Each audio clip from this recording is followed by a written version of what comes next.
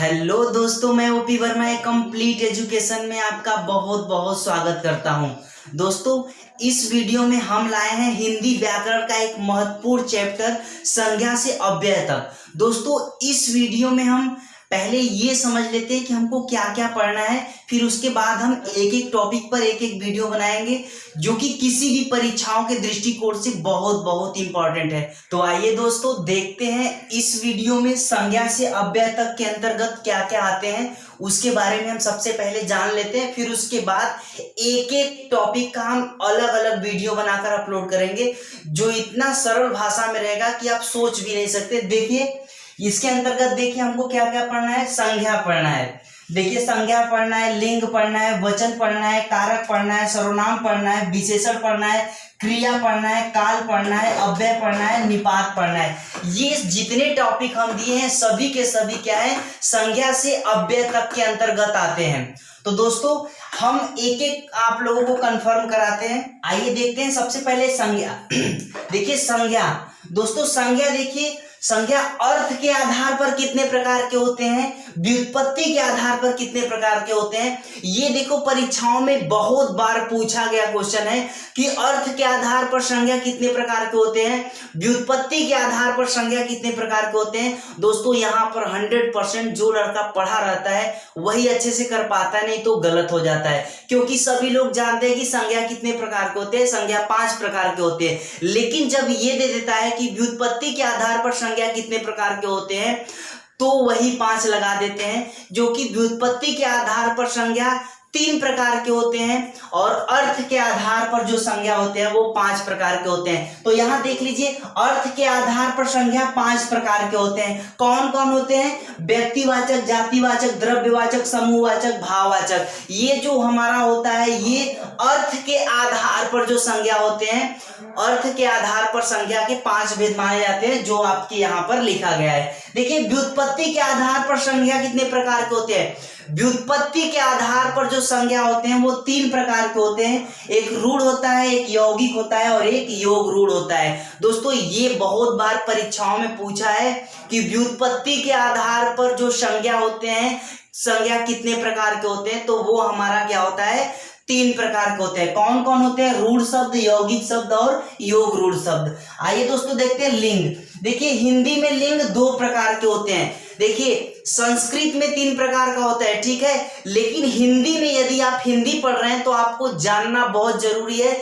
जो लिंग होते हैं हिंदी में, लिंग 2 प्रकार के होते हैं, एक पुल्लिंग होता है और एक स्त्रीलिंग होता है। आप बोल सकते हो दुनिया में जितनी भी वस्तुएं आपको दिखाई देती हैं प्रत्यक्ष या अप्रत्यक्ष रूप से, सभी या तो स्त्रीलिंग होंगे या तो पुल्लिंग होंगे। बात समझ में आ गया? आगे देखिए वचन।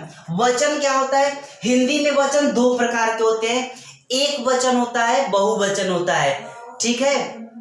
संस्कृत में क्या होता है?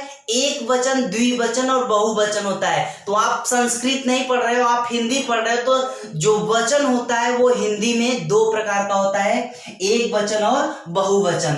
ध्यान दीजिए, कारक। हिंदी में कारकों की संख्या 8 मानी जाती है। देखिए वो कौन कौन से हैं। देखिए यहाँ पर आपका लिखा गया है, कर्ता कारक, कर्म कारक, करण कारक, संप्रदान कारक, अपादान कारक, संबंध कारक, अधिकरण कारक, संबोधन कारक। ये जो 8 हमारे क्या है, कारक हैं, जो कि हम डिटेल्स में आप लोगों को बताएंगे अलग अलग वीडियो बनाकर।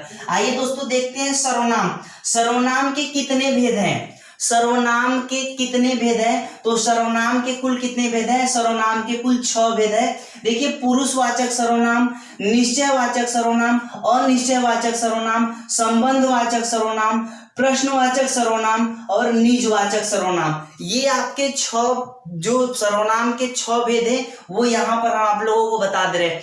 यदि आपको दोस्तों सर्वनामों की कुल संख्या पूछे, यदि आपको प्रकार पूछे तो आप 6 प्रकार बताओगे, ठीक है। यदि आपको सर्वनामों की कुल संख्या पूछे तो उस कंडीशन में आपको 11 मारना है, वही राइट आंसर है। आप देख लीजिए, देखिए विशेषण। विशेषण मूलतः कितने प्रकार के होते हैं? 4 प्रकार के होते हैं। कौन कौन सा होता है? देख लीजिए, सार्वनामिक विशेषण, गुणवाचक विशेषण, संख्यावाचक विशेषण, परिमाण बोधक विशेषण। ये हमारे जो 4 होते हैं वो हमारे विशेषण के प्रकार हैं, ठीक है। आगे देखिए क्रिया। क्रिया क्या होता है? मुख्यतः क्रिया मुख्यतः दो प्रकार के होते हैं, अकर्मक क्रिया और सकर्मक क्रिया। देखिए क्रिया के कुछ अन्य भेद भी माने जाते हैं, तो क्रिया के कुछ अन्य भेद 6 और हैं, ठीक है। उसको जब हम क्रिया पढ़ाएंगे उसमें आप लोगों को डिटेल्स बताएंगे। आगे देख लीजिए काल। देखिए काल को 3 भागों में बांटा गया है। सभी लोगों को पता है कि वर्तमान काल, भूतकाल, भविष्य काल। ये जो काल है इसी संज्ञा से अव्यय तक, इसके अंतर्गत ही हम संज्ञा से अव्यय तक के अंतर्गत इस काल को भी हम खत्म कर देंगे एक वीडियो में। अव्यय अव्यय क्या होता है? अव्यय के कुल 4 भेद माने जाते हैं, यानी अव्यय के 4 प्रकार होते हैं। देखिए कौन कौन सा है? पहला है क्रिया विशेषण, दूसरा है संबंध बोधक, तीसरा है समुच्चय बोधक और चौथा है विस्मयादि बोधक। ये हमारे अव्यय हैं, ठीक है। अब देखिए आपका एक आता है निपात। तो निपात दोस्तों 8 निपात के कुल 8 भेद माने गए हैं। उन 8 का नाम देख लीजिए। पहला क्या है? स्वीकृति बोधक, नकार बोधक, निषेधात्मक बोधक, प्रश्न बोधक, विस्मयादि बोधक, तुलना बोधक, अवधारणा बोधक और आदर बोधक। ये हमारे क्या है? निपात के प्रकार हैं। दोस्तों ध्यान दीजिएगा, यहाँ पर जितने भी हम टॉपिक लिखे हैं उन सभी टॉपिक का हम अलग अलग वीडियो बनाएंगे और आप लोगों को बता दे रहे हैं कि 100% यदि आप एक बार वीडियो देखोगे कोई भी टॉपिक हो 100% क्लियर हो जाएगा। दोस्तों आज के इस वीडियो में बस इतना ही। और हाँ दोस्तों, यदि वीडियो पसंद आए तो प्लीज वीडियो को लाइक कर दीजिएगा और शेयर कर दीजिएगा। और ऐसे ही मैथमेटिक्स, हिंदी और रीजनिंग का कंप्लीट कोर्स देखने के लिए आप लोग मेरे चैनल को सब्सक्राइब कर दीजिएगा।